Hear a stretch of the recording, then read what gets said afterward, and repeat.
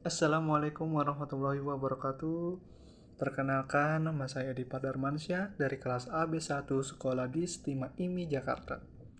Hari ini saya membuat video sekaligus sebagai ujian akhir semester saya akan membahas tentang buku Kotler Keller dari bab 7, di mana bab 7 ini terdiri dari beberapa pertanyaan. Bab 7 ini mempunyai suatu judul, yaitu mengukur positioning merek dan bersaing dengan efektif. Pertanyaan yang pertama adalah, bagaimana sebuah perusahaan dapat mengembangkan dan membangun positioning yang efektif? Yang kedua adalah, bagaimana merek berhasil dibedakan?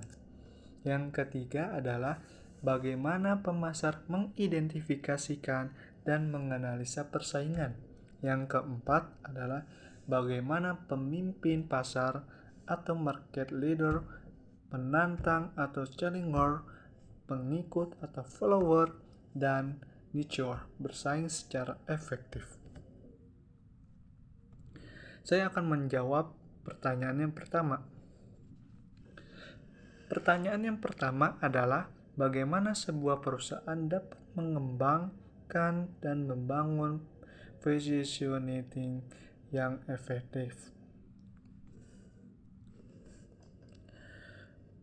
Sebelum itu, arti dari positioning adalah suatu aktivitas perusahaan yang membuat citra yang bagus terhadap konsumen atau terhadap suatu merek untuk konsumen, sehingga konsumen bisa memahami di dalam pikiran suatu merek tersebut. Di dalam mengembangkan dan membangun positioning, yaitu dengan dua nilai di dalam buku tersebut. Yang pertama adalah point of verity, yang kedua adalah point of difference. Point of verity yaitu suatu nilai atau manfaat yang tidak dapat atau tidak unik dalam suatu merek. Namun, sebenarnya merek tersebut sama dengan merek yang lain. Di dalam point of verity terdapat beberapa kajian. Yang pertama adalah tentang kategori. Kategori ini termasuk suatu bentuk kata yang dapat disampaikan oleh konsumen, sehingga kata tersebut dapat dipahami oleh konsumen atau bisa dicari oleh konsumen. Yang kedua adalah korelasi. Korelasi adalah suatu nilai atau manfaat suatu merek. Jika merek itu adalah hal yang bagus, maka konsumen itu tidak membedakan mana yang bagus atau yang buruk, tetapi konsumen mencari tentang kualitas produk itu sendiri. Yang ketiga adalah kompetitif. Ini adalah suatu nilai merek di mana sebagai pertahanan atau suatu untuk mengatasi kelemahan sebuah merek. Dan poin yang kedua adalah point of difference. Point of difference adalah suatu ketahanan dalam suatu merek yang bersifat nilai estetikanya. Yang contohnya adalah suatu produk sepatu Nike atau Adidas.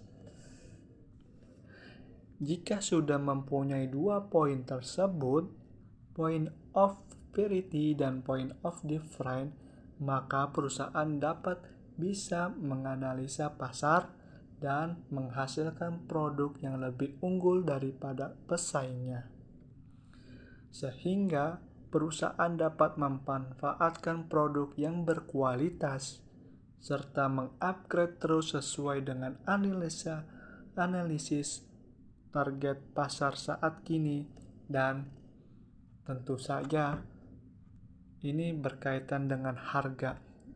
Perusahaan harus bisa menentukan harga yang berkualitas, harga yang terjangkau, sehingga konsumen banyak tertarik terhadap produk tersebut.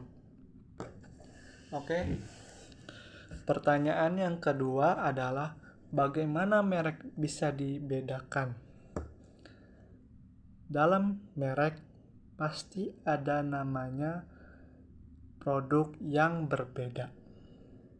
Contohnya adalah produk makanan, yaitu mie instan. Di sini saya akan mengambil 2 contoh produk mie instan. Yang pertama adalah Indomie, yang kedua adalah Sedap Mie.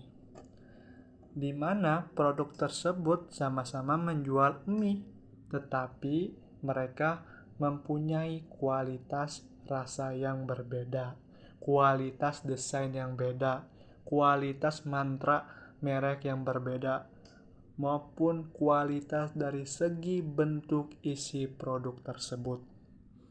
Di sini kita dapat memahami Indomie itu dari dulu sudah diakui oleh masyarakat Indonesia, sedangkan Sedap baru memulai produknya tetapi bisa bersaing dengan Indomie.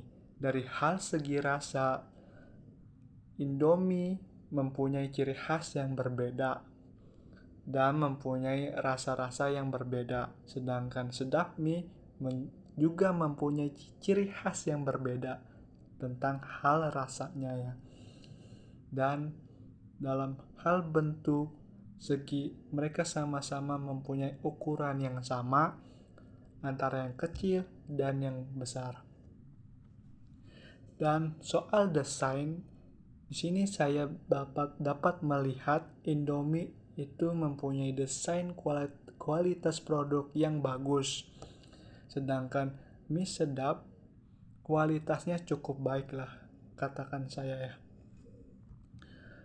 Jadi di sini yang membedakan produk merek yaitu tentang kualitas rasa, kualitas jenis, dan kualitas desain atau merek produk itu sendiri.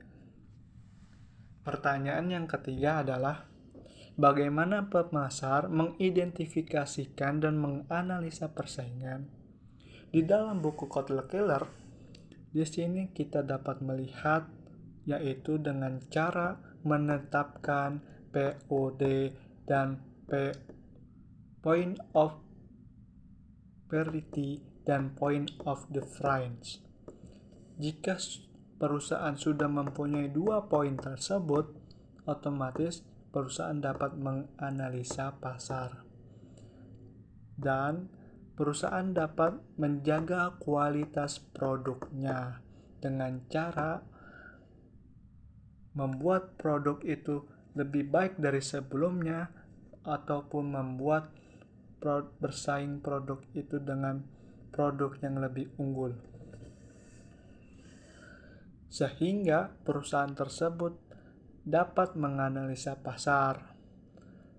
Di sini juga dapat mengidentifikasi dengan cara melihat suatu mantra merek.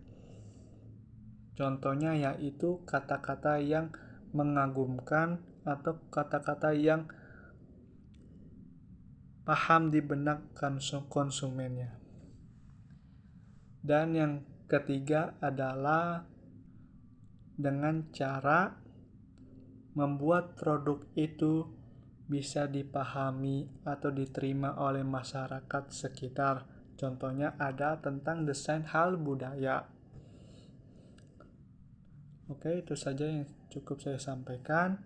Dan pertanyaan yang keempat adalah bagaimana pemimpin pasar, penantang, pengikut bersaing dengan secara efektif. Oke, saya akan membahas tentang pemimpin pasar atau market leader. Pemimpin pasar itu bersifat seseorang yang dapat mengatur atau seseorang yang dapat menjual belikan suatu produk. Tetapi pemimpin pasar yang dimaksud di sini adalah pemimpin yang dapat membeli apapun sesuai kebutuhan perusahaan sehingga para pesaingnya itu pun ada di bawahnya.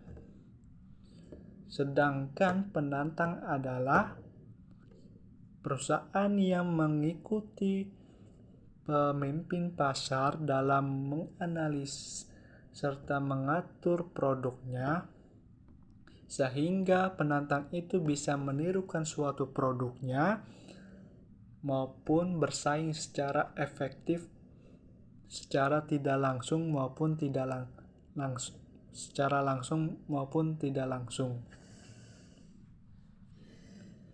Sedangkan pengikut adalah seseorang atau suatu organisasi perusahaan bisnis sederhana atau sedang yang mengikuti alur dua kelompok tersebut, yaitu pengikut pemimpin pasar serta penantang pasar. Di sini posisi pengikut adalah di tengah-tengah.